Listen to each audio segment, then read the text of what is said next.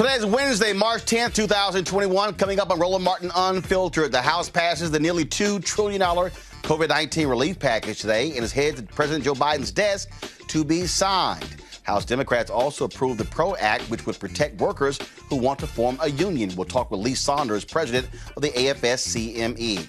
Two major confirmations today. Marcia Fudge will lead HUD, and Merrick Garland is the new attorney general, both approved by the United States Senate. And the interim president of the African American Mayors Association, Karen Weaver, the former mayor of Flint, Michigan, joins us to talk about what mayors need to recover from the pandemic. Also, we're talking coronavirus about a scholarship I'm establishing at my high school in Houston, Jack Yates High School, and we'll talk with the superintendent of HISD, Dr. Grenita Lathan. Also, folks, a crazy-ass elementary school teacher forces a 5-year-old to clean feces out of a toilet with his bare hands. Crazy. It's time to bring the funk on Roland Martin Unfiltered. Let's go.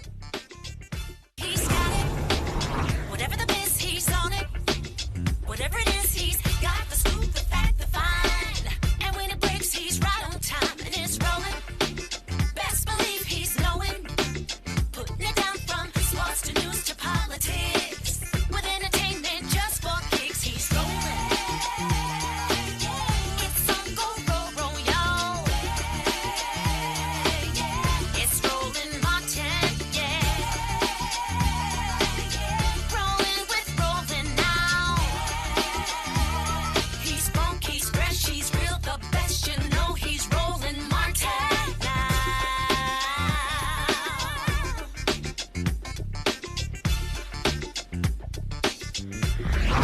Martin! All right, folks, House Democrats approved a significant expansion of labor rights with the Protecting the Right to Organize, or called the PRO Act. The bill would protect workers who want to form a union from retaliation or firing, strengthen the government's power to punish employers who violate workers' rights, and outlaw mandatory meetings that employers often use to try to squash an organizing drive. It would also make it harder for companies like Uber and Lyft to classify workers as independent contractors. The measure is, of course, opposed by Republicans. They have not supported anything, frankly, the Democrats have put forth. This is all about the American worker. But here's what's interesting about that. I thought Republicans said that they were the party of the working class. That's sort of wrong. My panel is A. Scott Bolden, former chair of National Bar Association Political Action Committee, Robert Patillo, executive director, Rainbow Push Coalition Peachtree Street Project, Monique Presley, legal analyst and crisis manager. In a moment, we'll be talking with Lee Saunders, who's the president of AFSCME, the American Federation of State, County, Municipal Employees. So, folks, let me know when we have Lee on the show. This is a huge bill, Robert, because, again, you have President Joe Biden, who came out strongly in support of this, pushing what this would mean for labor unions. You see what's happening in Bessemer, Alabama, where you have Amazon workers trying to unionize there as well. And this is a moment where, if you're Democrats, how are you going to reward, frankly, your biggest constituency, the folks who pour millions into campaigns every year? This is going to put pressure on those Democrats in the Senate to actually break the filibuster to pass this.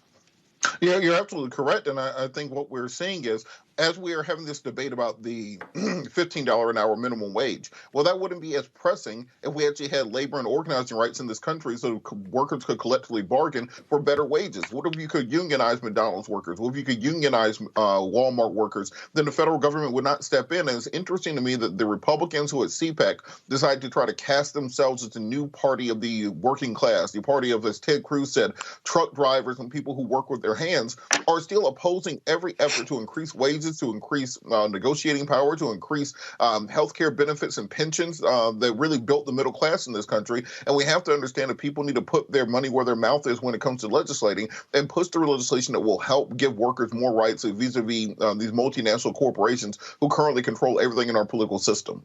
I really did crack up, Monique, when I heard Republicans throw out, "We're the party of the working class." I'm sorry. Which part of the Chamber of Commerce put their money behind? The GOP and not the Democrats. And this, to me, is where, if you're a Democrat, your response should be, you're out of your damn mind, and we're going to show you how you're not the party of the working class. And And they've been shown, the country has been shown that that's not their party. They just are homeless and in an identity crisis and trying to find some place to land where they can stand for something or anything at this time other than the former president. And he stood for nothing. He was, just an amoral lunatic. So they have no place to be. And they're grasping at straws. But it's quite obvious from the history of the parties, if you're looking at least the past 75 years, that is not who they are. And saying it out their mouths won't make it true now. But Scott, they are correct in terms of what they've been able to do. But they've been appealing to the white working class for a different reason. They've been pushing their buttons on immigration. They push their buttons on NAFTA. They push their buttons on race. And so the problem is when you have folks in the media who don't know how to make the distinction when they talk about the working class voter. Those working class voters are not voting on working class issues, economic issues. They're voting on race. They're voting on cultural issues. They're voting on those type of things. And they're voting on the big lie. And they're listening to white Republicans who don't have their best interests at heart, but they're angry voters. They're angry because they believe that they're losing their country. They believe that they're losing it to immigration. They believe that they're losing it by 2043. And so this is the bigger lie, if you will. They get mad about entitlement, but you and I both know the top 10 states who get the greatest entitlements from the government are 10 red states in the South. And so it's always interesting. How do you convince poor white working Americans that the Democratic Party is a better party for them and that they're speaking, the Democrats are speaking to them, just not special interest groups or people of color? How do you do that? Because the Republicans keep convincing them to be mad about those race and color issues, right? But the reality is that the Republicans are killing those white working class voters on the economy with their policies. It's going to be a big challenge for the Democrats to do that. Maybe it doesn't get done, but that's the bigger lie, if you will, if you're not in the presidential race. Joining us right now is Lee Saunders. He's the president of the American Federation of State County Municipal Employees. Lee, glad to have you here on Roland Martin Unfiltered. We certainly appreciate AFSCME being one of the supporters of this show since the beginning. It passed the House. You had several Republicans who voted for it, but most of them didn't. Now it goes to the Senate. The problem that we're now facing is that it's 50-50. The question is, how do you and others in the labor movement get Democrats, especially Senator Joe Manchin, Kristen Sinema, to stay with Democrats and break the filibuster to pass this? Because ain't going to be 10 Republican senators. It's not going to happen. Well, let me just say this, too. And we've had some major successes since President Biden has taken office. We've got the rescue plan that's going to be signed by Biden. It passed the House today. It passed the Senate over the weekend. That impacts and affects our communities across the country. It affects working people. It provides additional money to state and local governments. It helps us as far as providing extended unemployment insurance, direct payments, free health insurance for those who are unemployed. The federal government picks that up. So we are doing the kinds of things that are necessary to attract, once again, the working class. But we've got to remember this also. Those who want to be organized into unions, more and more it is people of color and it's women. And we've got to prove the fact that there is a benefit to become a union member. There's a benefit because you have a seat at the table. There's a benefit because you can talk about wages and working conditions. There's a benefit because you can talk about safety and health issues. And that's where we're moving toward. We've had some major successes since Biden has become president. We've just got to keep that momentum up. And I'm convinced that we'll be able to flip some of those white working class voters because that directly impacts, these improvements directly impact on their pocketbooks. We're going to have to talk to them. We're going to have to educate them. We're going to have to, talk to them every single day. But I think that we can change some of their minds to understand that the Democrats are standing for their issues. They're standing to support working people all across the country. And we're off to a great start. But this passed the House. It still has to pass the Senate and then get signed into law by President Joe Biden. What are y'all going to do to put the level of pressure on Democrats to stay and hold the majority for it to pass the Senate? That's going to require breaking the filibuster if you can't pick up 10 Republicans. That's a possibility. But right now, what we're going to do, Roland, is we're going to do what we do best, and that's organizing and mobilizing our members in our communities across the country and say, now is the time. Now is the time for working families to have the ability to improve their lives, the lives of their families, the lives of their communities all across the country. So we're going to put heat on those Democrats that may not want to do this. And we're going to talk to them about the importance of doing this, giving us that seat at the table. And if, in fact, we're successful in doing that, and hopefully we will be, we are going to have to grapple with the issue of the filibuster. Right now, I believe it's too early. Personally, it's too early to deal with getting rid of the filibuster. We want to make sure, and we want to put enough pressure on these folks to make them so they make a decision. Once that decision is made and they're making the wrong decision, then I really seriously believe that we've got to look at getting rid of the filibuster if, in fact, we can't change minds. I think that it's a process that we've got to go through, but I don't think that we take that weapon out of our arsenal. So who are those 10? So, okay, fine. Toomey, Pennsylvania. Okay, a significant labor there in Pennsylvania. Johnson in Wisconsin, who's been, of course, just all about Trump for the last 4 years. You have what? Do you potentially have Barr and Tillis in North Carolina, Portman in Ohio? Where are you targeting? Who are the 10 votes you're targeting to try to get this passed in the Senate? Well, first we're going to target those Democrats and educate them about the importance of the PRO Act. And following the PRO Act, and I want to say this, there's going to be public service workers not covered under private sector labor law. So we're going to be pushing a public sector act as well. It's in committee, Bobby Scott's committee right now. So we're going to work those Democrats, and we're going to have our members in those Republican districts who understand the value of having collective bargaining to be represented by a union, have them work those Republicans, and if, in fact, we put enough pressure on them, we'll see what they do. I mean, there are no guarantees, but we will put pressure on them so they understand that this is a worker issue. 65% of Americans believe that unions are absolutely necessary in this country for a counterbalance against corporate power. And we've got to make that argument.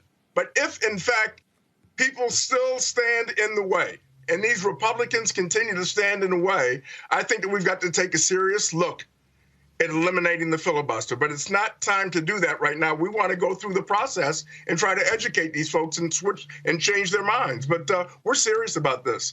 This is our time. President Biden has talked about supporting working families. If you saw that video that he did last week, talking about the importance of unions and having the ability to organize and not having the boss get in their way and having fair elections, that was a very, very strong statement. And so we want to continue to move on those kinds of statements and move this legislation, and we're going to see what happens.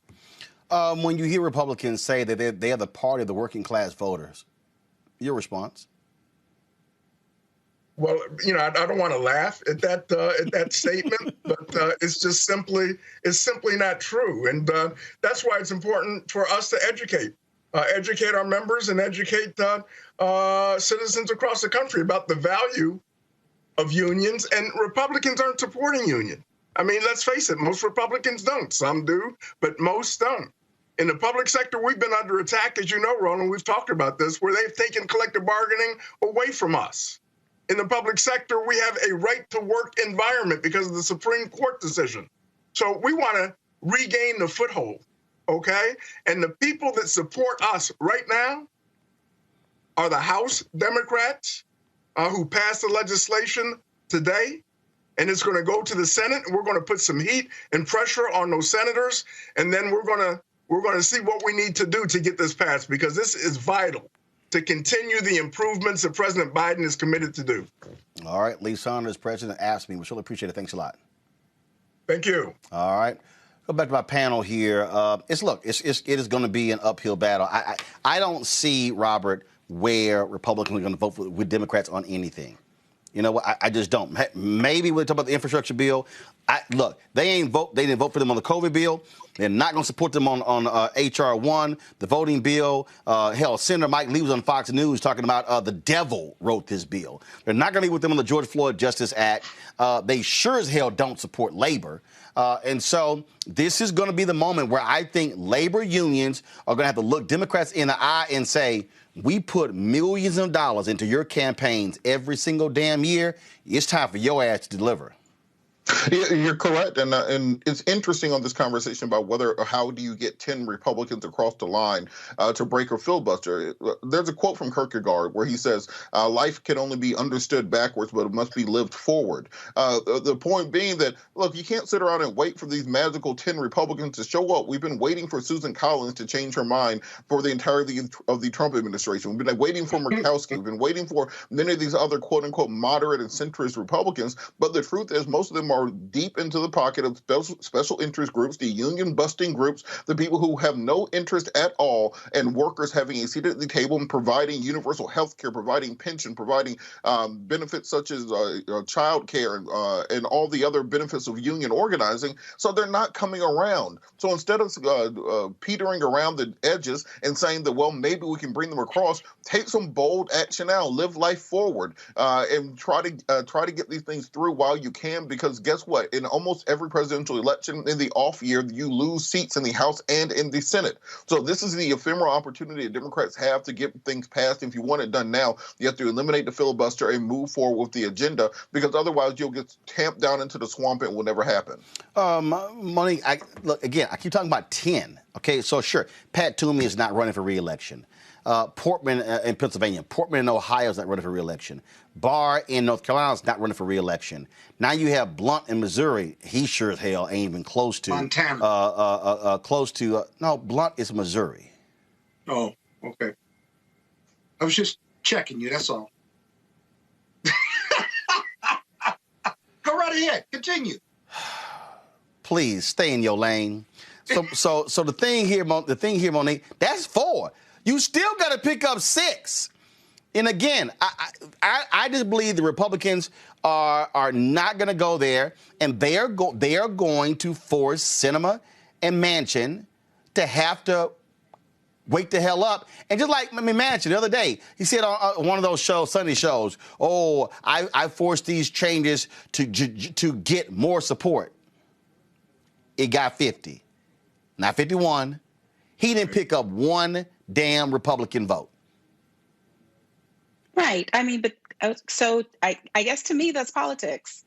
For all of these people who are saying he's the real leader, not Schumer, and he wields all this power, it just didn't turn out that way at all for this major piece of legislation that, to Robert's point, the president and the Democrats did load onto it an entire health care bill, basically, on top of a rescue act, because they know that time is of the essence and that whatever is going to get done for us, the American people, is going to get done without the GOP. So I just would urge people to understand the difference between what they're saying, which is what they should be saying about trying to work with the locos in the other party, and what they're doing, which is pushing forward an agenda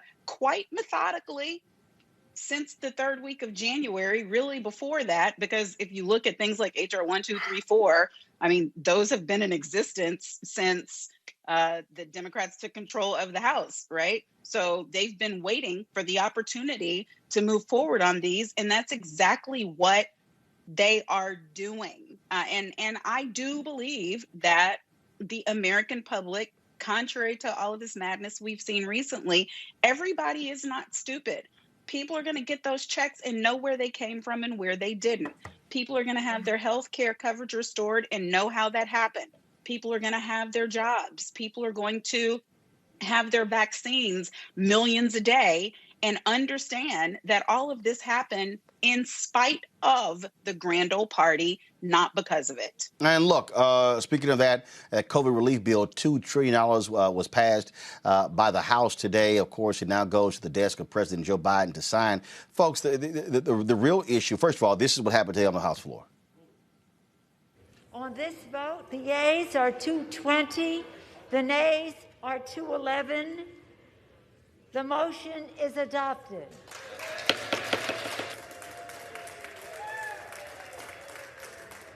Objection, a motion.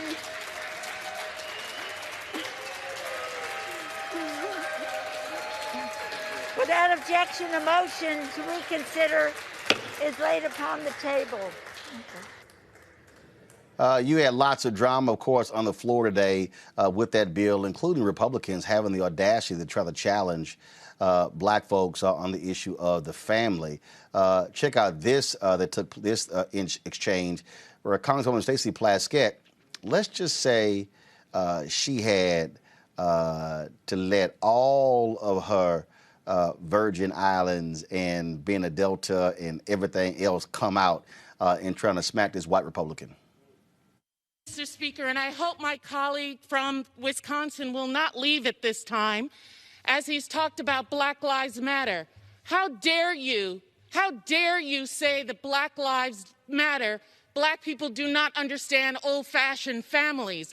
Despite some of the issues, some of the things that you have put forward that I've heard out of your mouth in the Oversight Committee, in your own district, we have been able to keep our families alive for over 400 years, and the assault on our families to not have black lives or not even have black families. How dare you say that we are not interested in families in the black community? That is outrageous. That should be stricken down. I was going to talk about the American Rescue Plan. We know that this is going to provide relief to not only black lives, black Americans, but all Americans, that we are interested in children and in their welfare. And at this time, I yield back. The thing here, Scott, is that Democrats must be, to me, very forceful on this. We're now here in the White House.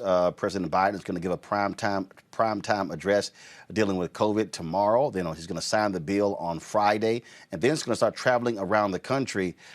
Looks like they learned their lesson from the screw-up with President Barack Obama when he didn't do those things with the stimulus bill and allowed Republicans to control the narrative and set that whole deal up as a failure.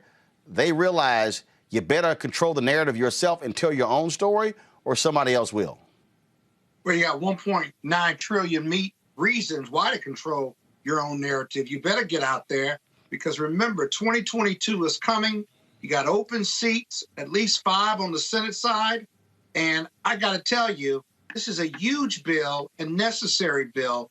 And what Biden and the other Democrats who are running in all over this country in 2 years have got to hold the Republicans accountable, those who voted against it.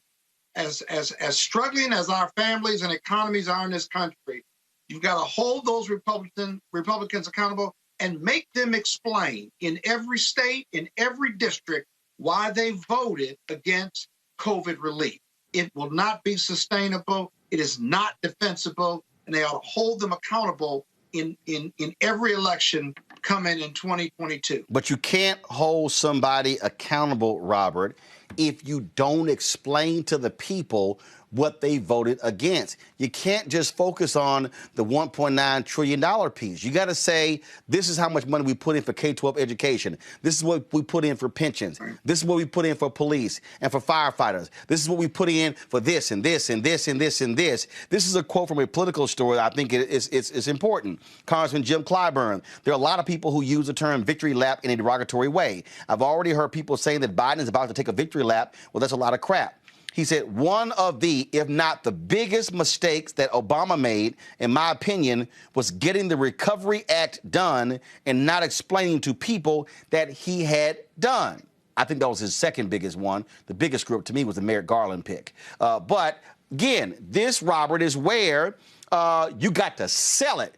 You got, in the words of my man Joe Madison, you got to put it where the goats can get it. You got to make it plain where you don't allow your opposition to say, oh, all you did was just give a blank check and you're running up the federal debt.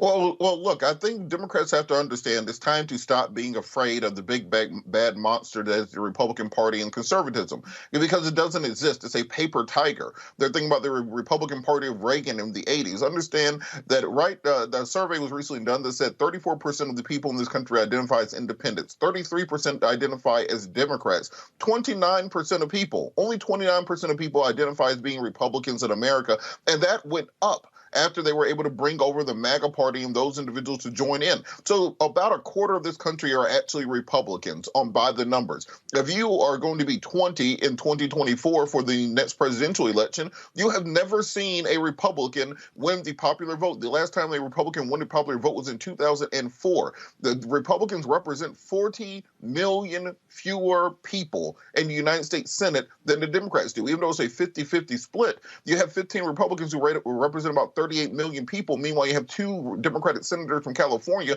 who represent 40 million people. So the Republican Party is a dead and dying brand, which is frankly a third party in this country at this point, who cannot pass legislation, who cannot push through justices, who cannot govern or create a governing majority. So the idea that you have to be afraid of them or compromise with them or somehow cower and let their ideas overwhelm your agenda is ridiculous. Do the victory lap. Do a parade. Be on prime time. Do all the late night shows. Make sure the American people understand that you are doing what they have pushed you to do.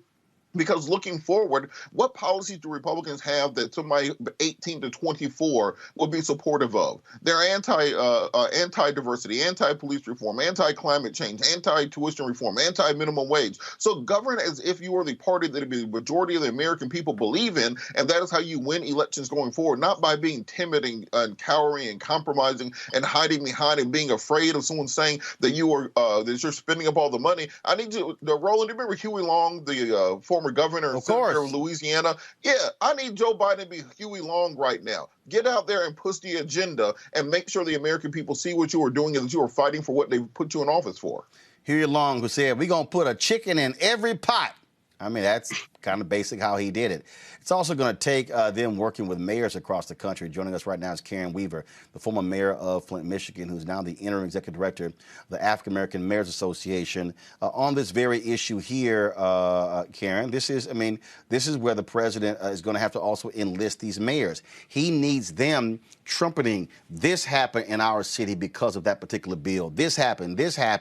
And again, President Obama was, Biden talked about how he was all about humility. No, we don't need to do all of that sort of stuff. But that's how you allow the other side to frame you. All the people, they saved Elkhart, Indiana, and hell, them white folks there still went Republican, where Obama should have been there saying, if it wasn't for me, y'all broke asses wouldn't even be here. I mean, sometimes you got to go ahead and make it plain to the folk who saved your butt. You're exactly right, and thank you for having me. You are exactly right. You do have to make it plain, and you have to spell it out and let people know what you have done. And mayors are a great avenue for making that happen because, it happens locally. And mayors know what's going on. They are the pulse of the city and what is happening and what we need. And so who better to work with than mayors? When you want to make things happen, when you need a voice, when you need a platform, when you need someone to trumpet and say what you've been doing and be that microphone, mayors are the ones that can make that happen for you. So you're absolutely right that Biden needs mayors at the table and mayors saying what is going on and what has happened and why this is important. Speaking of this particular bill, is really going to help lots of cities who were economically distressed as a result of COVID-19. I'm sure your organization is quite happy about that. We're quite happy about that because that is so many cities that African-American mayors lead, and we need this relief bill. I mean, when you look at what is going on in cities, people are hurting, people are crying out, and this is what, we've been needing this relief bill, and it's high time that it happened. I mean, because there's money in there. There's money in there for small businesses. There's money in there for education. There's money in there for childcare. We're talking about getting schools open and opening them up safely. There is money for that. There is money for seniors, and the list goes on and on. We're looking at health equity. There's money in there for those kinds of things, and we're talking about a pandemic that has disproportionately impacted Black and brown people. We have died at higher rates. We have been sicker at higher rates, and so this relief plan is, we've been waiting for this. And when you look at other things, let's talk about tracking this and having access to the vaccine. All of these things are in this bill, and so we need this. You're absolutely right. And this is very important to the African American Mayors Association. And that's been one of the priorities that we've been working on since this hit. We may have gone virtual, but we haven't stopped the work, and we haven't stopped being a voice and convening African American mayors and meeting with the White House and talking with Vice President Kamala Harris and saying, here are our list of priorities. Here are the things that we need, and here's how this helps us. And so what advice would you give when President Biden starts traveling around the country touting this particular legislation? Because clearly Republicans are saying, oh, they're bankrupting us. This is liberal overreach. This is them with their wish list for all of their big city liberal mayors. It's not a wish list. It's a necessary list. It's a needs list, and it's a needs list for people to live the way people deserve to live. We're talking about the health and well-being of people. That's what this is about. It's about the health and well-being, and he needs to talk to mayors. I'm not saying don't meet with governors, because you have to meet at the state level, but you make sure that things get to the cities, make sure they get to the municipalities, and they don't get hung up at the state level, and talk to mayors. Because like I said, we are feet on the ground. We know the pulse of the people. We know what our communities need, and we know it better than other elected officials because we live with the people. We're not separated. We go to the grocery store and we see them. We go to church, we see them. We walk down the street, we see the people, and we're living what they're living. And so working with mayors is imperative if you want to be successful. All right. Karen Weaver, first of all, you're interim executive director for the African American Mayors Association. What are y'all plans for the coming year? We have a lot of plans for the coming year. We're trying to, we're doing things in a virtual manner. But like I said, we have not stopped. We have not missed a beat. Our priorities, of course, include health. It includes infrastructure. It includes criminal justice. It includes education, and pulling mayors together to say, what are the needs? How do we continue to lift and amplify your voices and help you expand your executive capacity for your cities? Those are what our priorities are. We want to continue to work with our partners at the White House and let them know what's going on and how they can be helpful to cities, whether we're large cities or small cities. We represent over 500 African-American mayors. That's a large group of mayors, and we're looking to make that even bigger. So, we want to continue to lift the voice and make sure that African-American mayors have access to resource and best practice and are able to, like I said, amplify their voice and let people know what we need. The time is now. The time is now. We are not going to stop being a voice for African-American mayors. We're not going to stop talking about what we need because, we face different challenges. As mayors, we all face similar challenges, but as an African-American mayor, there's an added layer of challenge that we face. You know that. And so we're going to continue to make sure we're at the table, that our voices are heard for not just ourselves, but for the people that we represent. And get the resources to our mayors, make sure they have what they need so they can do the best job possible. But like I said, housing, that's an issue. Health equity, that's an issue. Criminal justice, infrastructure, those are issues. Economic empowerment, those are the things that we're working on and we're going to continue to work on as the African American Mayors Association. All right, then, Karen, we sure appreciate it. Thanks a lot. Thank you. All right, folks, got to go to a break. We come back. We'll talk about Marcia Fudge being confirmed as the HUD Secretary, also Merrick Garland, new Attorney General. Later in the show, we'll also talk with Grenita Lathan, Dr. Grenita Lathan. She is the superintendent for the Houston Independent School District, but she's now moving on to Mississippi. Houston School Board of Trustees, what the hell were you sorry asses thinking letting her leave? We'll talk about me launching a scholarship at my high school, Jack Yates High School, a magnet school of communications. All of that next. Roland Martin Unfiltered. Back in a moment. A good home shapes nearly every part of our lives. It's where we start and end each day. It's where we raise our families and come together in times of joy. It's where we find shelter and comfort during times of hardship. The past year has reminded us just how important it is to have a safe and stable place to call home. But right now, for millions of Americans, that sense of security and peace of mind is out of reach. Our country has an immense responsibility and a profound opportunity to address the housing crisis facing so many people, to provide relief for those struggling to pay their rent or mortgage as a result of the pandemic, to ensure every American experiencing homelessness has a roof over their head, to revitalize our communities and help more Americans achieve the dream of home ownership, to break down the barriers of injustice that still limit the futures of far too many young people. Every community faces unique challenges that require its own unique solutions. We all want and deserve the same basic things: a safe place to live and an opportunity to succeed with dignity, with grace, and with hope.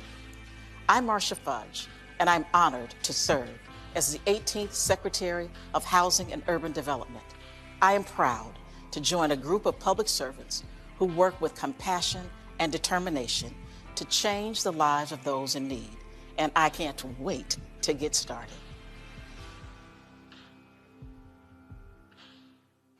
Now, she initially wanted to be the head of agriculture, but that went to Tom Vilsack. But she's the first black female to lead HUD in some 40 years. This is one of those critical nominations, Monique, because when you talk about the housing plans that were put in place or that were totally ignored by Ben Carson, he didn't know what the hell he was doing. He had no clue what the hell he was doing. And so to have somebody who not only was a member of Congress there from Cleveland, but more importantly, she was a mayor. And so she brings that experience to HUD Secretary. Thank God to have somebody back in charge of housing in this country who knows what the hell they're doing. In charge of all of these cabinet posts. And that's another thing that hopefully the American people can recognize. The difference between the last administration and this one is competence. Putting people who actually know how to do the jobs, who have experience in the area, who have a vision that carries our country forward. Those are the people who are being nominated and appointed to these very critical positions by the Biden administration. And that did not happen without the advocacy of Black and brown girls and women all over this country in any number of different organizations who fought to have not just people of competence, but people who were representative of us in these offices. And former Congresswoman Fudge is just another example of that. Scott, again, we had to deal with the last 4 years of gross incompetence in so many different areas. One of them was indeed housing and urban development. Yeah, you're absolutely right. Marcia Fudge is an incredible elected leader. She certainly will be more competent than her predecessor. But I do think we got to be pretty honest. You all keep talking about her being qualified for the position. Other than being mayor, there's nothing in her political resume that says she has any experience at developing housing for poor people and otherwise. However, that being said, because of her commitment and passion, she has a real opportunity to make a huge difference in the Democratic agenda and closing the housing gap and making life better for African Americans and our rural communities as well. Let's not forget about that. What do you mean nothing? First of all, what do you mean nothing? She does a significant job. What do you mean nothing in her experience? What do you mean nothing in her experience? The reality is when you're in. One second. No, 1 second. She doesn't have any experience in housing development. Okay, hold on. First of all, let's be real clear. She called it a dumping ground. No. The Secretary of Housing and Urban Development. The Secretary of Housing and Urban Development isn't about developing projects. One of the things that Scott. I've covered city government. One of the roles of a mayor is to deal with the very issue. 1 second, Scott. 1 second. One of the issues of being a mayor is to deal with the issue of housing, low-income housing, homeless housing, affordable housing, and housing development. That's a part of what you also do. That. And so, the mayor, that doesn't give you the expertise. What are you talking about? You may see it. You may work with developers and work with communities and what have you politically, but you don't have the substantive experience. That's called expertise. To run a major agency. Well, what the hell is expertise then? Well, you got somebody has got some. Are you looking for making a difference? Are you looking for somebody who built houses with Habitat for Humanity? Through leadership, she can make it happen. I hope she makes it happen. But this whole issue of experience, she just doesn't have it, right? Robert, we're not looking for somebody who worked. We're not looking for somebody who built houses on the weekend for Habitat for Humanity. She didn't want the job. Well, look, to Scott's point, I do think, and more so than Tom Vilsack at Agriculture, we would like to see Congressman or Secretary Fudge in that position. She got experience there. Scott, will you stop talking? Robert's talking. Well, I work with Black farmers through Rainbow Push throughout the region and working directly with the Department of Agriculture. And I think many of the Black farmers have shown recalcitrance to the idea of having Vilsack in office. But I do think they will give an opportunity to show and deliver with regards to our food chain, our supply chain, with regards to our Black farmers and agricultural community. But for Marcia Fudge, beyond the point of she's secretary now, so the time for the argument about qualification or not was a couple weeks ago before we got into the confirmation process. She is facing the greatest challenge in decades for any Secretary of Housing and Urban Development. What we have seen throughout coronavirus is that we've had these deferred evictions through city and national programs to prevent people from being evicted. Those are going to end, and people are going to have $5,000, $10,000, $12,000 bills in their names for the rent they haven't paid over the course of a year. You're going to have a foreclosure crisis at your doorstep the minute that these forbearance programs that banks have been putting out there and mortgage assistance programs are gone. We also are facing the gentrification crisis in Black communities around the country. Right now on Auburn Avenue, Sweet Auburn, you got a juice shop, a tea shop, and they're about to put a Starbucks there in a historically Black neighborhood where much of the civil rights movement was planned. And this is the same story across the country. You just look at Harlem, just look at other Black communities around the country. How do we ensure that we're not displacing Black families and Black communities and historically Black neighborhoods in the name of urban development? And what policies are going to be put in place to ensure that we have a diverse city and not simply the reverse of what they said, Chocolate City and its vanilla suburbs are going to be a vanilla center and then the chocolatey outside areas. So we have to look at the challenges before her and ensure that we hold everyone accountable. I love the history. But as I said, we're not going to do what we did with Obama, where we stayed at inauguration for 8 years. It's time to make sure we're pulling our seat up to the table to get on that agenda from the beginning. And that's why, Monique, the whole point is when you talk about a level of experience, the question is, can you manage the department? The reality is this here. Let's say you picked a developer. Well, guess what? A developer ain't got no experience when it comes to public policy, when it comes to also driving the agenda. I think the key here is having somebody who is served on the federal level in Congress, someone who's been on the local level as well. And so, because one of the issues that I also have with a lot of people who are also members of Congress, they also forget when they are in Congress what's happening really in these particular cities. And so one of the things that Ben Carson screwed up is letting the cities off the hook when it came to submitting their plans to end, frankly, racialized housing as well. That, to me, was a big piece there. And so this is going to be trying to, frankly, rebuild a federal housing agency that Republicans have gutted in the last 30, 40 years. Yes. So in case maybe those who are watching right now know the same amount about what HUD does, as my colleague Scott, let me just explain. The department's mission is to increase home ownership, support community development, and increase access to affordable housing free from discrimination. So the secretary oversees that. This secretary that we have now served on the Committee on Education and Labor, the subcommittee on Civil Rights and Human Services, right? So that's community block service grant access to low-income home energy assistance programs, school lunch, child nutrition programs. She served on the subcommittee on health, employment, labor, and pensions, responsible for many things, but including all matters dealing with relationships between employers and employees, including pension, health, other employee benefits. She oversaw the Delinquency Prevention Act and Juvenile Justice, Runaway and Homeless Youth Act, matters dealing with child abuse and domestic violence, including and not limited to child abuse prevention and housing security. So I am offended because if you don't know what she has been doing, then don't say she's not qualified. Because you presume that I don't know any of that.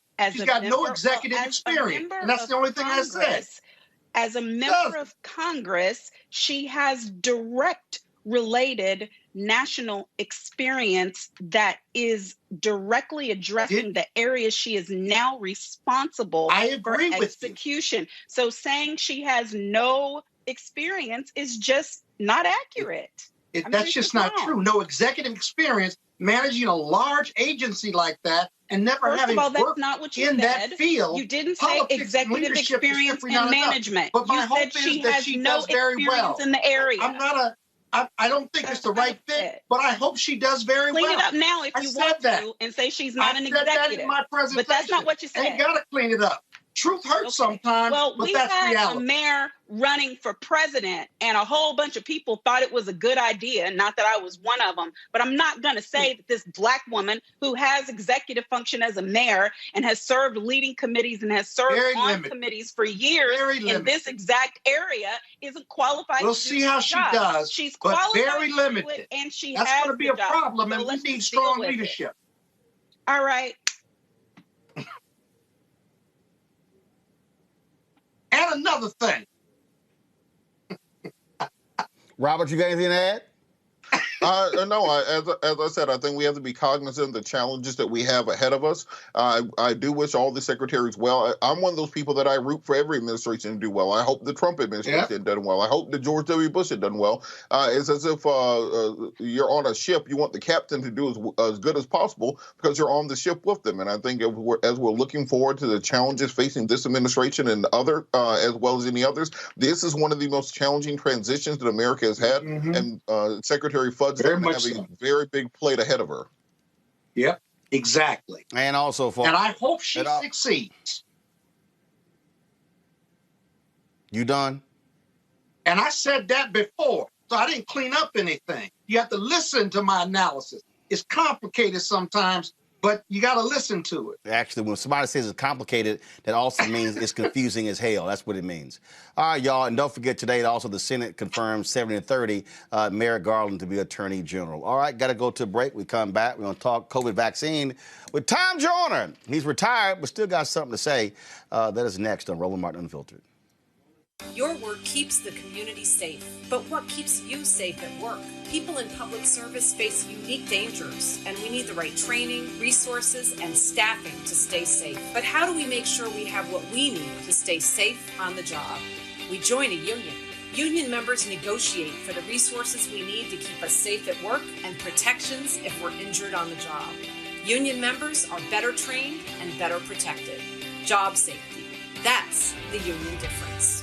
The work you do is important. A lot of people depend on you, and you deserve respect. Respect includes making a decent wage that reflects how hard you work for your community.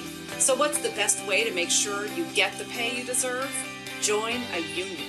Union members are paid more than people with similar jobs who aren't in unions. For women and people of color, the union difference is even greater. The respect you deserve, the pay you've earned.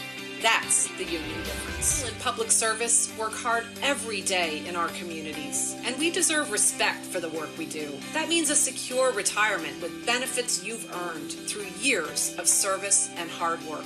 What's the best way to ensure that when you retire, you'll be ready to enjoy the years ahead? Join a union today. Union members negotiate our contracts, which is why we're more likely to have substantial retirement benefits. A secure retirement. That's the union difference. Georgia outlaws pizza.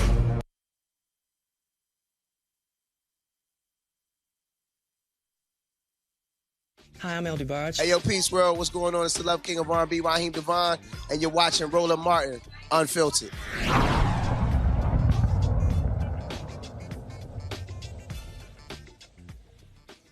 All right, folks, Tom Joyner retired at the end of 2019 after 25 years of doing his nationally syndicated radio show, of course, known for support of HBCUs, and Take a Loved One to the Doctor Day initiative.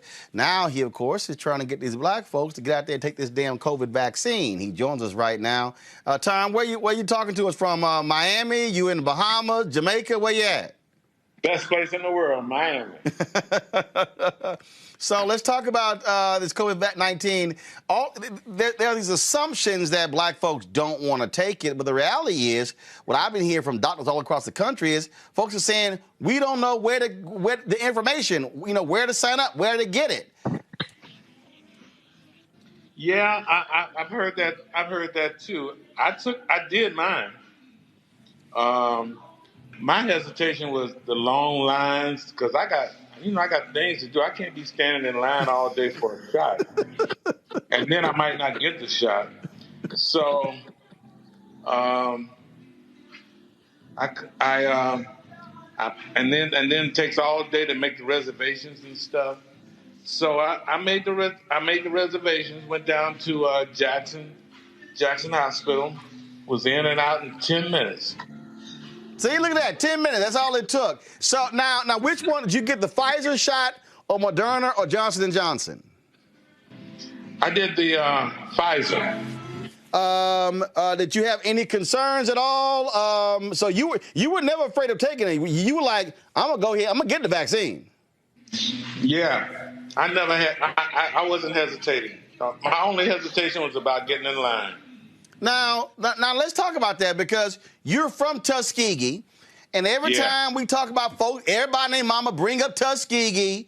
They bring up Tuskegee. Oh no, I'm not taking nothing because of Tuskegee.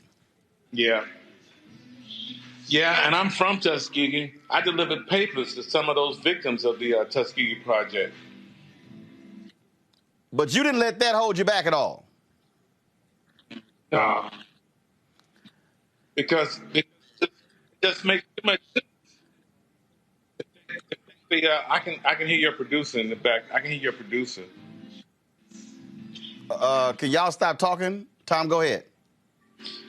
Yeah, you would think if anybody has some hesitation about taking this vaccine, it'd be somebody from Tuskegee. But no, it just makes too much sense. I was concerned about the trial study and how black folks were, might have been or might not have been represented. But, I was watching something and a black man who was watching. No, I did this thing for the AMA, and this doctor was on, and he said he was concerned, and he looked into it, and he said black folks were real well represented in the trial study. So I said, yeah, man, I'm ready to get out the house and go somewhere. So I went on. Man, I ain't going nowhere without the vaccine. So I got vaccinated, made my reservations. I'm going to Cabo end of May for the Soul Music Festival with Charlie and them. Oh, so you ready to get back on the road? Hell yeah. You know me. I'm the fly jock. So I take it the last year has not been a happy year for you having a. No. I've been okay except for this goddamn stroke. But no, I've been fine, man. I'm living in Miami. This is the best place to be in quarantine. Right, but I'm saying is you haven't been able to travel because I mean that. Nah. Like you ain't want to sit still to sit in one place long. Well, I sold the plane, so that was another thing. So I sold the plane just before it hit. So I didn't have a problem. So you back to flying first class? Yeah, commercial, but I haven't flown yet. But I'm getting ready to. Oh, so when we go to Cabo in May, that'll be your first flight in more than a year? Yeah. Well, flying is a little different. Flying's a little different now. Yeah, that's what I heard, but I still haven't heard about any cases on any airplanes. I haven't heard one. So everybody's afraid to fly, but I've heard about outbreaks in nursing homes and schools, but I have not heard a airplane and the passengers and stuff being an outbreak on an airplane. I haven't. Have you? Not an outbreak. Early on, there was a doctor on NBC News who got COVID. But he said he did the mask and everything, but he thinks he didn't cover his eyes. So I've flown. So one of the things that I do, I've had more than 100 COVID segments. I've had black doctors and scientists from A&T and all kind of places. So what they say is when you fly, not just have a mask, but also be sure to keep your eyes covered as well. Okay, well, I wear these cool shades. Is that enough? They might need some side brackets or something, but yeah, that might help. I got that. I got some cool shades with side brackets. Yeah, okay. Yeah. I wear some goggles because I ain't trying to play with COVID. My next door neighbor was like, oh, my whole family had it. I'm like, you white. I said, I ain't chancing that. Hey, end of May is when I'm going to Cabo, and Biden said he's gonna have most of the country already vaccinated end of May, so I'm ready. Folks are asking a lot of different stuff. You said earlier you had the stroke, so your health is good. You fully recovered from that? I'm not fully, but I'm getting there.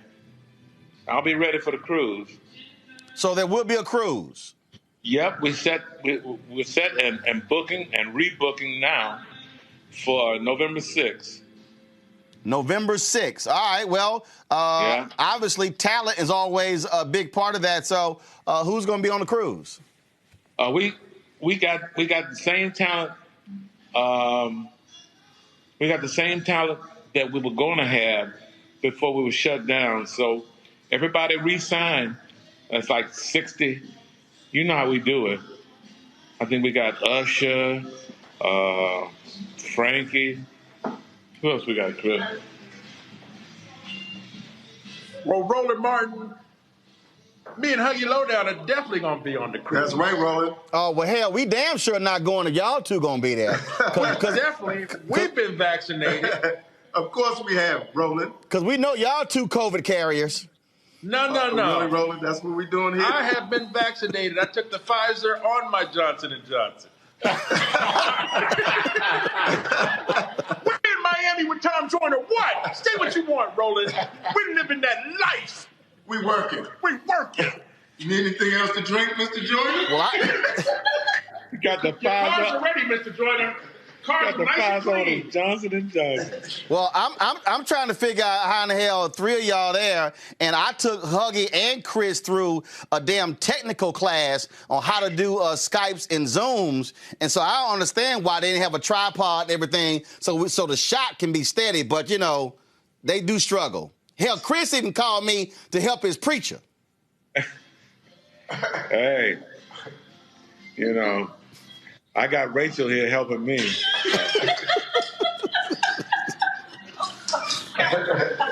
So you got all them folks helping. So, Tom, folks are comment. First of all, let me just here. My panel's here, so let me have each one of them get to ask you a question. Monique, you got a question for Tom Joyner? No, just hey, Tom Joyner. It's good to see you. All right. Love you. Tom, that's Monique Love you Presley. too. Hey, yeah. Haven't talked to you in a long time. It's been too long. Yeah. How's your client? Bye, Tom Joyner. Bye. Oh, can't ask. All right, y'all. That's of course. I didn't call your client's name. I just asked. Bye. All right, Monique. Scott Bolden, question for Tom Joyner. Hey, Tom, just wishing you the best with your health. I grew up in Joliet, Illinois, and started out with you when you were at in Chicago before you became the fly jock, and I was there when you became the fly jock. So yeah, I'm a big fan, long time, and I just wish you all the best health-wise, brother. Thanks, man. Tom, here trifling last Kappa. We let him on the show. Robert, Robert, go ahead. Well, interesting enough, Tom Joyner's actually my commencement speaker when I graduated at Clark Atlanta, so it is an honor to be on with you. Given the current situation, what is the beverage package on the cruise, and when do we start making deposits? The beverage package? You mean the one where you meet me at the bar and do shots? Yeah. Like, can we do like the all-inclusive, or do I have to pay a la carte? Because I feel like we're going to be fully hydrated this entire trip. Hey, just meet me at the bar. I'll pay for the shots. All right, I'm holding you to that one. Oh, yeah. I don't mind. Well, he got enough money. Plus, he ain't got to buy shots for me because I don't drink. So, you know, that's real easy. I'll take that cranberry juice all day. Tom, folks comment on Facebook and YouTube. So the biggest question they're asking is, do you miss the radio? I don't miss getting up at 3 o'clock in the morning. Hell no. No. The truth is, no, I don't miss it. I don't miss it. You know, I know if we were still on the radio rolling, January 6th, we'd have been there in D.C., wouldn't we? Yeah, it would have been in the middle of it. But it would have been fine for you because you're more light-skinned than I am. They would have thought you one of them. No, they would not. You know, I have to admit that I miss that. I miss that not being, you know, in places, you know, like D.C. on January 6th or on some of these Black Lives Matter marches. I've been there chunking bricks. You know? Been there chunking bricks. He said he'd be there chugging bricks. Chugging bricks. Well, it's good that again. Now, first of all, have you taken one of the shots, or you took both of yours? I got the next one coming up next week. The second one coming up next week. Gotcha. All right then. Well, look, good luck with that. Glad you can join. What about you? You taking yours? I have not. I'm on the list. You and I are not in the same age bracket, so I'm a little lower than you. My parents are 73. They got their shots. Roland, here's what I don't understand. How come they don't just? It's the process that's all messed up. But you got to remember, Trump screwed it all up. That's the problem. How come they just can't make it simple? You just, if you want the shot, go get the shot, and they're open 24 hours. Right. How come they can't do that? Because they could have done that, but the problem is Trump is stupid, and all his people were stupid. They didn't set up a real federal plan, and so it was sort of like, states, do whatever y'all want to do. We don't, we don't care, and so they were not taking care of it.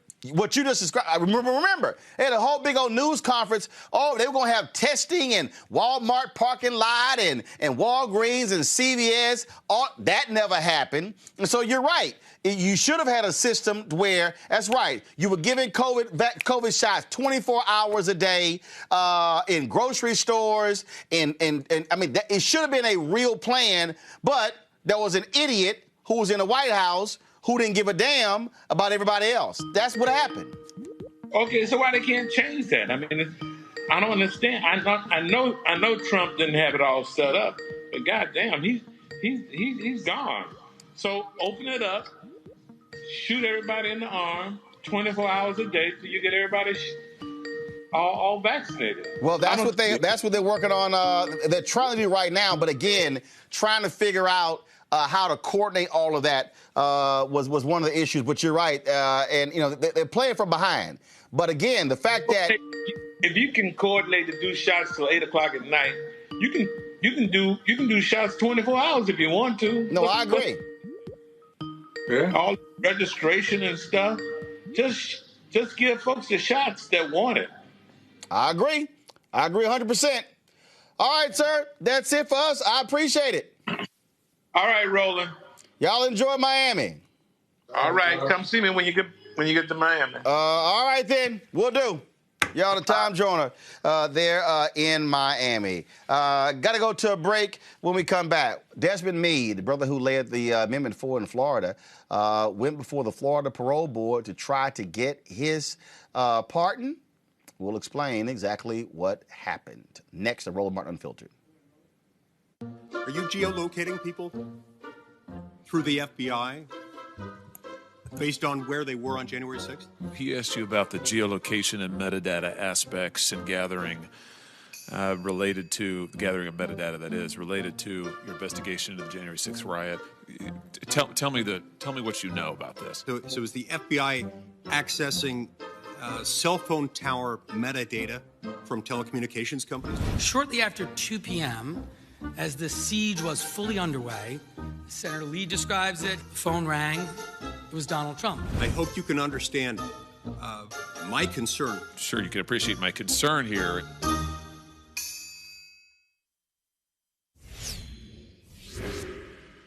If people begin to believe that their democracy is fraudulent, if they conclude that voting is a charade, the system is rigged, then God knows what could happen. They rigged an election. They rigged it like they've never rigged an election before. Actually, we do know what could happen. It's happening right now. The U.S. Capitol overrun, under siege. Pro-Trump extremists storming inside, flooding the halls, reaching the floor of the House of Representatives and the Senate. Millions of Americans sincerely believe the last election was fake. It was a landslide election, and everyone knows it. When thousands of your countrymen storm the Capitol building, if you don't bother to pause and learn a single thing from it, then you're a fool.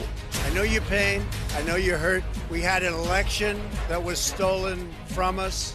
We got to this sad, chaotic day for a reason. It is not your fault. It is their fault.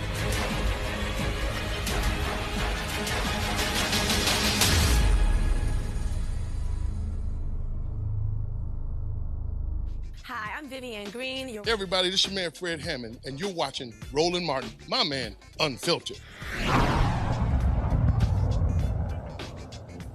Folks who are formerly incarcerated have to go through a very arduous process in Florida to get there, to get a pardon. You literally have to go before a committee where the governor sits on.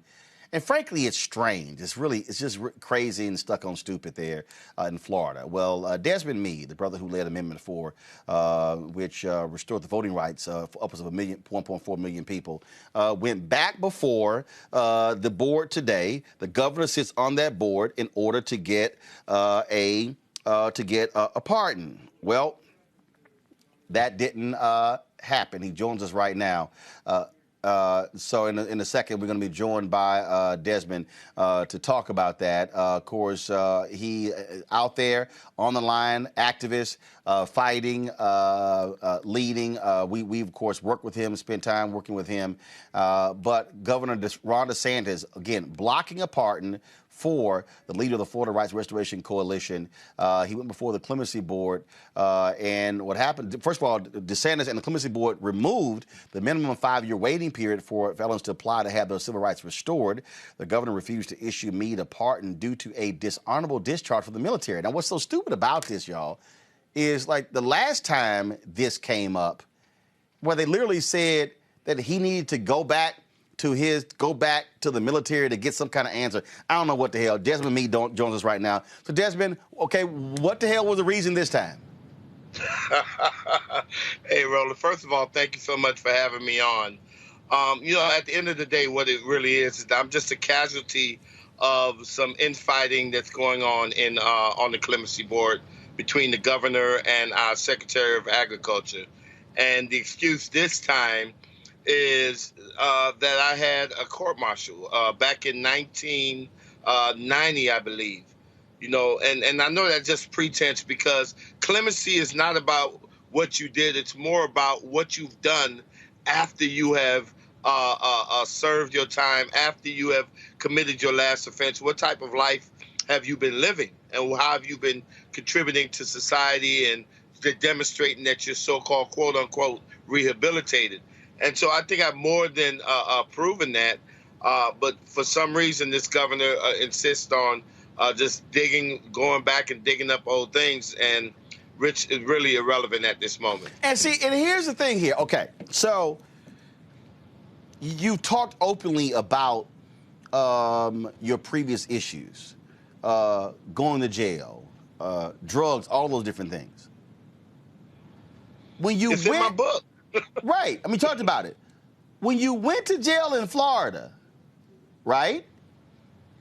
It had nothing to do with the court-martial. Nothing. So let's just get, the reason you went to jail in Florida had nothing to do with the court-martial. How long ago were you in? You released when? You're talking about almost 30 years, if not more. You released 30 years. You were released when? In 1993. You released in 1993, and here we are. 1990. And since 1993, led a clean life, went to law school, did all these things, and he's still trying to go back to the 90s? Well, yeah, so let me just be clear. In 1993, I was released, but my mother passed away a couple years later, and I really dove into a drug addiction like crazy, which caused me to get in some more trouble. And so the last time that I was convicted of any offense was back in 2001. And so if I have transformed my life since 2001, since the last episode, why are you going back several episodes before that, right, to raise an issue when clemency is supposed to be about what you've done after you've committed your last act? And this is part of the issue with this board, because before we've had individuals who've gone before and they've tried to ask them, have they committed their life to Christ and all kind of stuff, which actually has nothing to do with that, because what if they were Muslim or they didn't actually believe in God? But this is part of this problem where and this is one where the governor literally sits on the board. So when you went before today, was he present? Yes, he was, and you know what? That's a major problem with these type of boards, because when you have politicians deciding who gets the vote, who don't get the vote, and who gets pardoned and who don't get pardoned, you leave a lot of room for politics to play a role in it. My wife, let me tell you, you thought I was upset. My wife, Sheena, was with me, and she was about to go off. And I'm going to tell you, one of the things that struck her was that this governor gave pardons to people who didn't even bother to show up for the hearing. Didn't even bother to show up, giving pardons away left and right. But for some reason, once again, he wants to deny me, and now is forcing me to seek a presidential pardon, or find a way to remove that military court-martial off my record before he would consider it again. So for the folks who don't know, what does getting a pardon do for you in Florida? What is it now? Because you have your right to vote, correct? I had my right to vote. What a pardon does, first of all, pardon is a form of forgiveness or absolving me of of all the past mistakes that I've made in the past. And that is typically done when a person has demonstrated that they have turned their life around. The other thing that the pardon does, it removes that ban that I have to be able to possess or be in the vicinity of a firearm, right? Because when you lose your civil rights, you lose the right to bear arms as well, and that is not automatically restored. However, Martin, something good did come out of today's hearing that I believe is even much bigger than me. Because when we passed Amendment 4, what we did was we created a pathway for people like me to be able to have our voting rights restored. But our civil rights weren't restored. And so even though I was able to vote in my very first presidential election last November, because my civil rights was not restored, I still can't practice law in the state of Florida because I can't apply to the Florida bar until my civil rights have been restored. And then the big one is that I still have a hard time finding safe and affordable housing for my wife and children because of my civil rights not being restored. And there are many homeowners associations that would not allow me to own or even rent a house until my civil rights have been restored. And so even though Amendment 4 gave me the big daddy as far as the right to vote, they still made some civil rights or the restoration of rights that would increase employment opportunities and housing opportunities for people with felony convictions. Well, today, the governor and his cabinet did amend the clemency rules to allow for the automatic restoration of civil rights to anyone who qualifies under Amendment 4. And so now people are not just only having their voting rights because of Amendment 4. Now they can have all of their civil rights and have a better opportunity to really, truly experience the American dream. Well, and the fact that you let Amendment 4 getting passed is reason enough. Well, this governor should have had the guts to give you that particular pardon. So hopefully folks will weigh in and lean on President Joe Biden to issue that presidential pardon, which would then provide the opportunity for you to be fully free. Well, I hope so, too. You know, after seeing all these different pardons that were thrown around last year, you know, I think that looking at who got the pardon, I think I more than earned that opportunity. So let's see how that works out. Otherwise, regardless, though, Roland, we're going to continue here in Florida to now engage these returning citizens even more, get them registered to vote, because we got an election next year, a midterm where the governor's up and the rest of the clemency board officials, they're up for election. And so we're going to engage our people and get them registered to vote and riled up and ready to go when November 2022 comes along. And when you know, of course, just let me know, and we'll be down there with the Robo-Mobile with y'all to help you do it. Most definitely, man. Appreciate the love. Desmond Meade, we appreciate it. Thanks a lot. All right. All right, folks. Education is critically important for us. It doesn't matter, of course, where it goes, and that was something that was impressed upon me by my parents, which is one of the reasons why I started a scholarship at my high school, Jack Yates High School in Houston, Texas. Joining me right now is Dr. Grenita Lathan. She is the interim superintendent for the Houston Independent School District. Dr. Lathan, how you doing? Well, hello, Roland. How are you tonight? I'm doing great. I am excited to share with my audience this scholarship, but I'm a little pissed off because you're leaving. I'll get to that in a second. But let's talk first about what we're doing at Jack Yates. Well, I want to thank you for establishing a scholarship to support students graduating from Jack Yates High School that are going to pursue a degree in communications. As you know, Jack Yates is the pride of the 3rd Ward and also the pride of the Houston community. And actually, most recently, Jack Yates was authorized to become an international baccalaureate diploma program. And so we're really excited that you've truly put your money where your mouth is. And since you kept me waiting just a little bit longer today, I'm going to need another $25,000. So I'll be waiting for my check before I leave Houston, Texas. Nice try. I was told y'all were late. That's what my staff told me. Don't be trying to sit here and squeeze out another $25,000. Hey, I'm blaming it on you because you know what? And I just want to add one other thing, because we are talking about education. And I want to shout out to the #1 HBCU in this country, North Carolina A&T State University. You know I have to do it, Aggie Pride. I'm so excited that the person that's going to lead the EPA graduated from North Carolina A&T. So, okay, I'm going to talk about that. Now, let's go back to Jack Yates High School. Right, because you might want to slow down, because, you know, it's some TSU, some Texas Southern University, and Prairie View A&M folk in Houston giving you the side eye right now. And they know I love them. They know I love TSU. I love Prairie View. And so they know I love them. And I support both of those universities. But, you know, I have to support North Carolina A&T State. I got you. I understand. I'll make it perfectly clear. I'm a Texas A&M graduate. I don't care. And that's the only Aggies that matter in my household. That's how we do it. And so for folks who don't, so what we're doing is this here.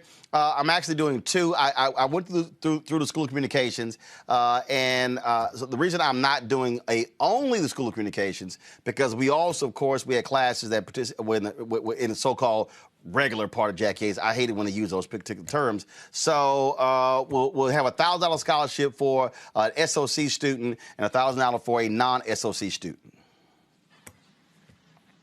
Yes, and the application period is actually open now, Roland, and we'll be accepting applications from students, and we'll make a final decision at the end of April prior to graduation for 2 outstanding students at Jack Yates High School. And so I'm certainly excited about that. And, of course, my parents are both graduates of Jack Yates High School, class of '67, Imelda and Reginald Martin. And so JY runs deep. That's why I'm wearing. I was going to wear this T-shirt today, but I chose to rock the African colors, the colors. And, folks, if y'all see the logo, go to the solo. Y'all see the logo of the show. Y'all do see what those colors are. Ain't no coincidence. Those are the colors of this show, because everything started for me there at JY. Let's get to some other business. I was not particularly happy to read that you are leaving HISD to go to where?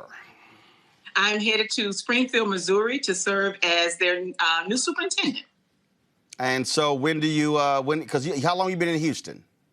I've been in Houston 6 years, and I start my new position on July 1st. First of all, how have y'all been handling COVID and all the things that come with it? A lot of other places, they're now trying to come back with kids in the classroom. Have y'all had students in the classroom, or that now being phased in? We've actually had 86,000 students attending school face-to-face since last October. And then we have another 120,000 students actually learning online. I actually want to just pause and recognize all the members of Team HISD and thank them for everything that they've done this past year. It's been a difficult year for us all, but we've been able to feed our students. We started feeding our students and families on March the 13th last year, and we have continued to do that with our food distributions. We've provided them the necessary mental health supports that they needed. But our teachers and our principals and other members really have stepped up and supported our students. It is, of course, it has been a whole lot of drama for a lot of folks with trying to get folks back into the classroom, being safe. And so how have y'all been able to do that? What has been the strategy there in Houston? We created a communicable disease plan where we assembled principals, teachers, medical professionals, and central office leaders, and they developed a plan. It was called our reopening plan. And that reopening plan addresses every area of safety. Our board actually invested about $34 million to help with PPE, water, everything we needed, additional cleaning supplies, additional personnel to ensure that our campuses are safe. And we have added extra staff to help clean throughout the school day. Questions from my panel. First, I'll start, I guess, Monique, since you're there from Galveston down the street. You get to ask the first question, Dr. Grenita Lathan. Monique? All right, Monique, you're muted. Oh, sorry about that. There you go. Well, thanks so much for all the work that you do, and congratulations. I wish you well on your next challenge. But what has it been like for the students dealing with this transition, and what do you think the steps are going to be that are necessary to make up for just the the amount of days and hours of work that have been missed and focused during the past year. It's been difficult, especially for our students that are learning at home. You know, socialization and interacting with your peers, we all know it's very important. And you all are in communication, so you know how important it is to be able to relate and connect with people. And I believe that has been one of the most difficult experiences or challenges for our students this year. As it relates to making up for learning loss, we have already added additional tutoring support for our students. We're adding additional days to our school calendar for the 2021-22 school year. And we'll be providing extended days, extended hours, even on the weekends, to support those students that have fallen behind. Robert? One thing that I think goes by the wayside in this conversation, particularly with regards to COVID and its effects on schools or teachers. What have been the effects on teacher morale, teacher retention during the course of this this outbreak? And what are some of the steps that have been done that maybe other school districts can replicate as they move toward in-person education again? You know, last fall, it was very difficult. I'd say in August and September, mental health wise, it was very difficult for our staff members because everyone was worried about, you know, their own well-being, coming back face to face, being in a building and being surrounded by other people. We tried to focus on giving staff members assistance through our employee assistance program. We held different, what we call wind down Fridays, where it was a virtual party. We tried to provide additional support to our staff. We actually established a mental health hotline, not only for our families, but also for our staff members, so that they can call that number and speak with someone to receive assistance. But like I said, it's been a difficult year, and that's why every opportunity I get, I say thank you. Thank you for people giving more of themselves than they probably physically had to give this year. And, you know, we still need to get everyone vaccinated, and we're going to keep working on that. But I am very thankful to all of our staff members for their hard work this year. Scott? Yeah, Doctor, congratulations on your new position. I must say that as I look around the school districts around the country, what you've reported versus other jurisdictions has been very uneven, probably for a lot of reasons. I worry about the students in grade school, elementary school, and high school that we've lost because they couldn't keep up or they didn't have the software, hardware, and able to be engaged electronically or remotely. One, how do you explain the unevenness depending on the state or the municipality you're in? But two, how do we reclaim those students post-COVID so that they get the full benefit of their educational opportunities? Thank you for those two questions. And I'm actually going to start in the reverse. We actually lost about 11,000 students this year as a result of COVID, the students that did not return. But I want to address the devices. I'm very proud that we actually distributed over 145,000 devices. So every child and parent that requested a device received it. Even children where there are several children in one home, every child received their own device. We actually deployed about 35,000 hotspots to support our students. And, you know, it was surprising last March to look at or find out about the digital divide. We all knew it, but I think it's something like, you know, how you tiptoe around things where you know you need to go and you kind of throw things in a closet to hide them. It was the same thing going on with the digital divide. And so that was one of our top priorities, to make sure all of our children could access their curriculum, access their teachers, whether they were learning virtually and even when they returned face to face. So we didn't take the devices back. They're able to still continue to use those devices at home. Yeah, good stuff. Thank you. Well, Doc, I hate the fact that you are leaving. You can't speak to this, but I can. Shame on our Board of Trustees for not removing that interim label. I'm sure you will enjoy Springfield, but you probably will have enjoyed Houston a lot more. That is our loss. You did an amazing job there. Taking over. A lot of people may not realize that HISD was on the brink of actually being taken over by the state because of actions that had nothing to do with you, and you have led the district back from the brink of catastrophe, and that should have been rewarded by the Board of Trustees, but there's been far too much infighting on that board, so we certainly wish you luck, and I'm sure the principals and administrators and staff there hate to see you go, but certainly we wish you success as you head to the Show Me State. Thank you. Appreciate it. All right, thank you so very much. Dr. Grady Lathan, of course, interim superintendent, Houston Independent School District. Thank you so very much. And folks, the winners of the scholarships will, once I'm going to interview each one of them, and they'll be featured right here on Roland Martin Unfiltered. And let me just real clear again, folks. What you had take place in Houston was shameful.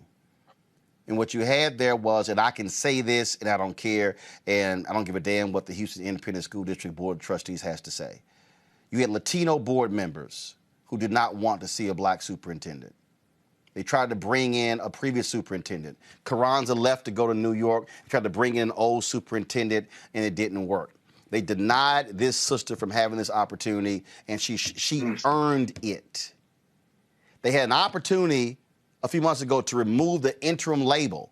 Again, earned it. But to be an interim superintendent for 3 years is crazy. And that's because we have a dysfunctional, clueless, shameful board of trustees who doesn't know how to lead. And they've been an embarrassment. And that's why the Texas Education Agency almost took over the school district, because of the dysfunction among the board of trustees. And so, again, Dr. Lathan, she's done a great job. I'm giving that commentary. It has nothing to do with her, because you do not let excellent leaders leave. That's not what you do. And so, again, good luck to her going to Springfield, Missouri. Folks, got to go to break. We'll be back on Roland Martin Unfiltered. I believe that it's movement time again. In America today, the economy is not working for working people. The poor and the needy are being abused. You are the victims of power, and this is the abuse of economic power. I'm 23 years old. I work 3 jobs. Work 7 days a week. No days off. They're paying people pennies on the dollar compared to what they profit, and it is time for this to end. Essential workers have been showing up to work, feeding us, caring for us, delivering goods to us throughout this entire pandemic, and they've been doing it on a measly $7.25 minimum wage. The highest check I ever got was nearly $291. I can't take it no more. You know, the fight for 15 is a lot more than about $15 an hour. This is about a fight for your dignity. We have got to recognize that working people deserve livable wages. And it's long past time for this nation to go to 15 so that moms and dads don't have to choose between asthma inhalers and rent. I'm halfway homeless. The main reason that people end up in their cars is because income does not match housing cost. If I could just only work one job, I could have more time with them. It is time for the owners of Walmart, McDonald's, Dollar General, and other large corporations to get off welfare and pay their workers a living wage. And if you really want to tackle racial equity, you have to raise the minimum wage. We're not just fighting for our families, we're fighting for yours too. We need this. I'm going to fight for it until we get it. I'm not going to give up. We just need all workers to stand up as one nation and just fight together. Families are relying on these salaries, and they must be paid at a minimum $15 an hour. $15 a minimum. Anyone should be making this to be able to stay out of poverty. I can't take it no more. I'm doing this for not only me, but for everybody. We need 15 right now.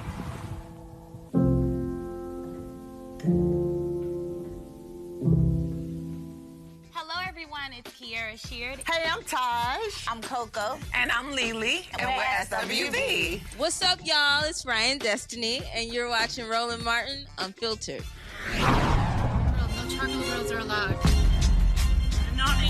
I'm white. I got you, bro. Illegally selling water without a permit? On my property. Whoa! Hey! Give us your right. You don't live here. I'm uncomfortable. What the hell? The mother of a 5-year-old black kindergartner, y'all, wants her son's teacher fired after she says her son was told to stick his bare hands inside of a toilet to clean up feces. This happened at Crystal Hill Elementary School in Little Rock, Arkansas, and the Pulaski County Special School District says they're investigating the situation. The only explanation the teacher gave to the principal was that she was trying to teach the student how not to stop up the toilet. While the teacher has been placed on administrative leave, the family says they plan to press charges. What the hell? Monique? It's child abuse. That's horrifying. Robert, the white teacher that's didn't not go. Crazy. That's criminal. She gave another explanation was, I don't really know why I did it. And look, No, just sir. to Monique's point, that's beyond simply crazy. That it's a criminal act. That is a form of torture. That is something you would hear in the gulags of Russia. That's something you would hear in Guantanamo Bay. That's something you would hear from some of the worst dictators on earth. The concept of forcing a child into a situation like that. I hope they have gotten the child therapy, and we have to reevaluate. I'm a big defender of good teachers. Teachers like this, we have to make sure that we weed out of the population and give these people the sorts of psychological evaluations they need before they're put in charge of raising our children. Children spend more time with their teachers often than they do with the parents, quite frankly. So we need to ensure we're getting the best quality people around them and not folks with clear psychological issues along these lines. I don't know what the hell some of these folk think, Scott, but that's somebody I would not want in a classroom ever again. And this was a little kid, too. Not that that matters, any kid, but he couldn't be more than 5 years old. I saw the picture in the report that your team sent us, and it just makes no sense. So therapy, terminator, Monique raised a really good point about child abuse. I bet you there's a state statute that you could fit this set of facts into, and you could go to the local prosecutor and see if she could be prosecuted on top of her losing her job and her teacher's license. That makes no sense. But again, they don't see us, right? So she sees that young black kid as an animal, not as a human being, not as a child of a mother and father. So she ought to be criminally prosecuted and civilly and from a regulatory basis, everything taken from her and just keep it moving. I mean, that's all. I mean, it's not a big debate. Well, no, the problem here is, it's not guaranteed they'll remove her from the classroom. I'm just simply saying. There's no debate on what needs to happen. Oh, no, honestly. Well, first of all. There cannot be a debate on that. Well, guess what? We've seen a whole lot of ignorant stuff from school districts before. And so hopefully there's not going to be a lot of the whole debate. And then you don't have this, well, I don't know why I did it. I mean, I was trying to teach. There's misconduct, and then there's complete bullshit. She needs to be prosecuted. She needs to lose her license, lose her ability to have a job. Her and the school district needs to be sued because there's negligent hiring there, negligent training. I could write the lawsuit up in about a half hour. But it's not just therapy for the one child. There needs to be a full investigation regarding any child that she's been interacted with, because nothing like this happens in a vacuum.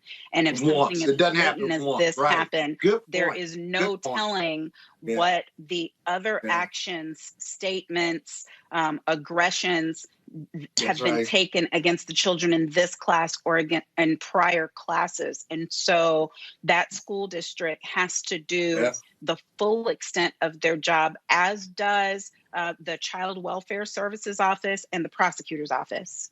Because she felt comfortable doing it.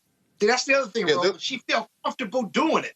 That's what you got to investigate, as Monique said. And if it's not feces, who knows what else is out there? Right. They're out there practicing hanging this young kid for fun.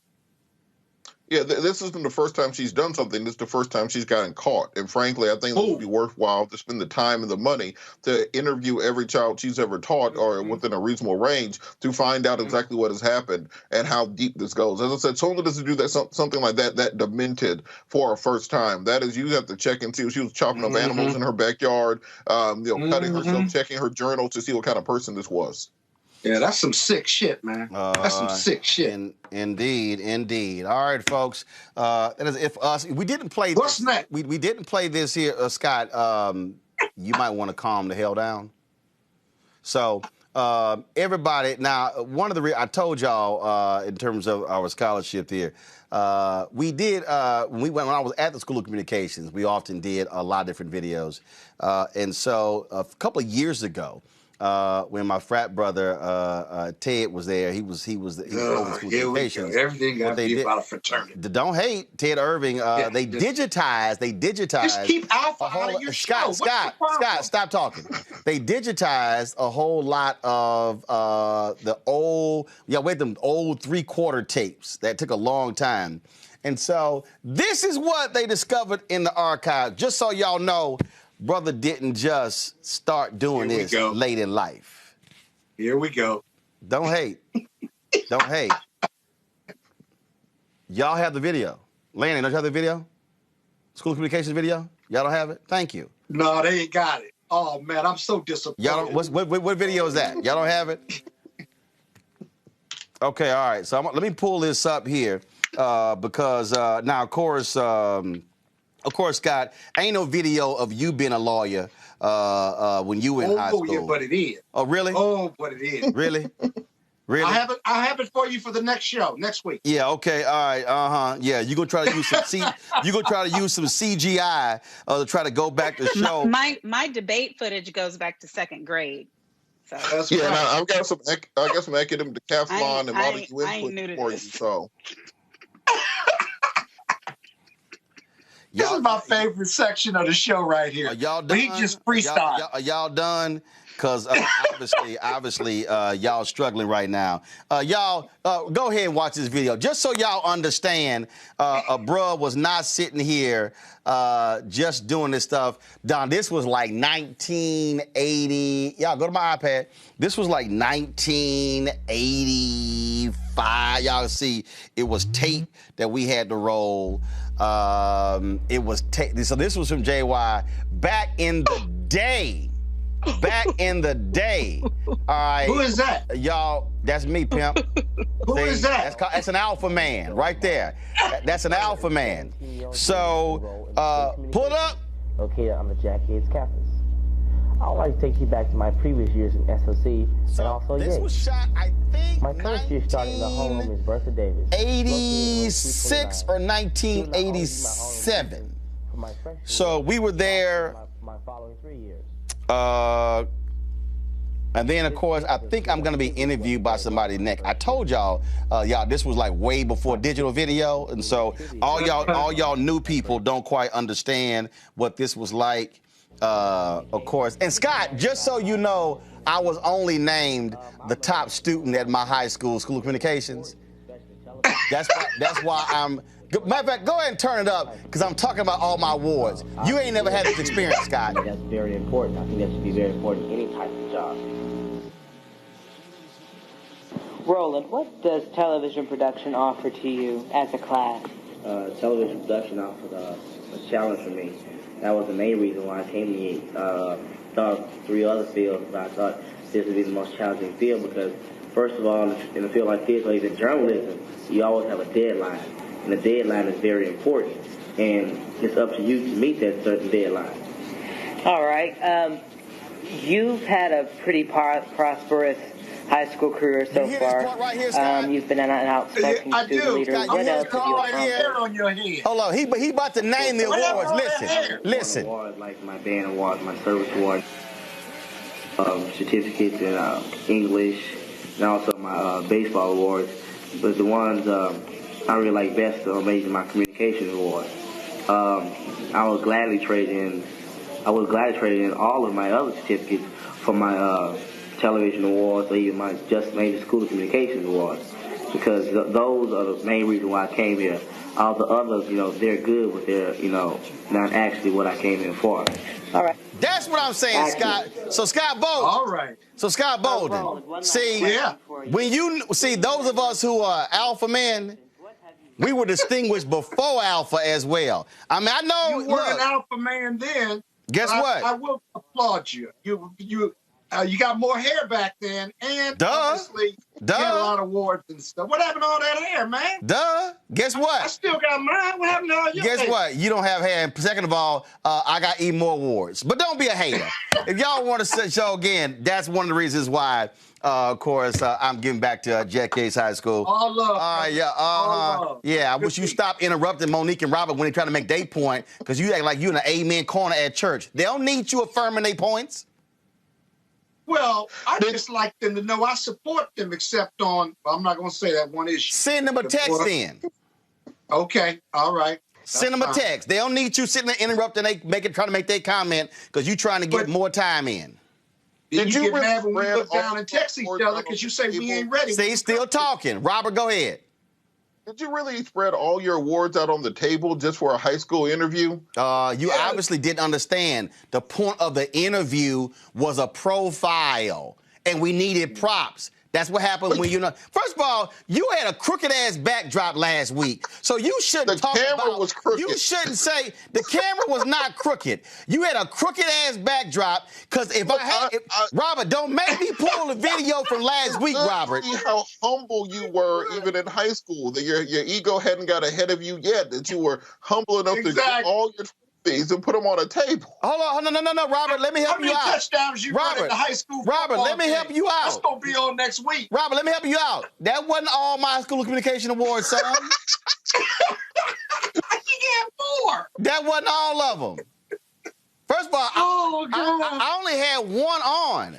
I had 10. Boy, you don't want none of this. You don't want none of this. See, y'all don't want none of this. He's publicizing his high school awards. Think about that. He is a business leader, a press leader, a great writer, a gifted host, but he's promoting his high school awards right now. No, I'm not. What does that tell us about Roland Martin? I'm stating facts. I'm stating history, and that is this here. When I graduated... I want to show you all my awards next week. When I graduated... Give me 5 minutes to show all my legal awards? Scott, when I graduated, the teachers voted the best student in their 4 years there. I'm sorry, I got it. My bad. God. And Robert, that wasn't in the video. All right, y'all, we got to go. Y'all was don't be a hater. Holla. But I do have that award next to those 4 NWCB Image Awards. How many you got, Scott? I thought so. All right, y'all want to support Roland Martin Unfiltered, please do so by joining our Bring the Funk fan club. You can support us by going to Cash App, $RM Unfiltered, PayPal.me/R Martin Unfiltered, Venmo.com/RM Unfiltered, and Zelle, Roland@RolandSMartin.com. You can send a money order to New Vision Media, 1625 K Street Northwest, Suite 400, Washington, D.C., 2006. All right, folks, that is it for us.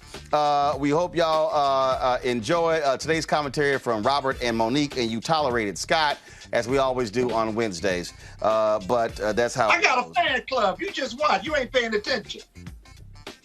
No, you don't. Okay, maybe not yet, but I'm going to have one. No, you don't.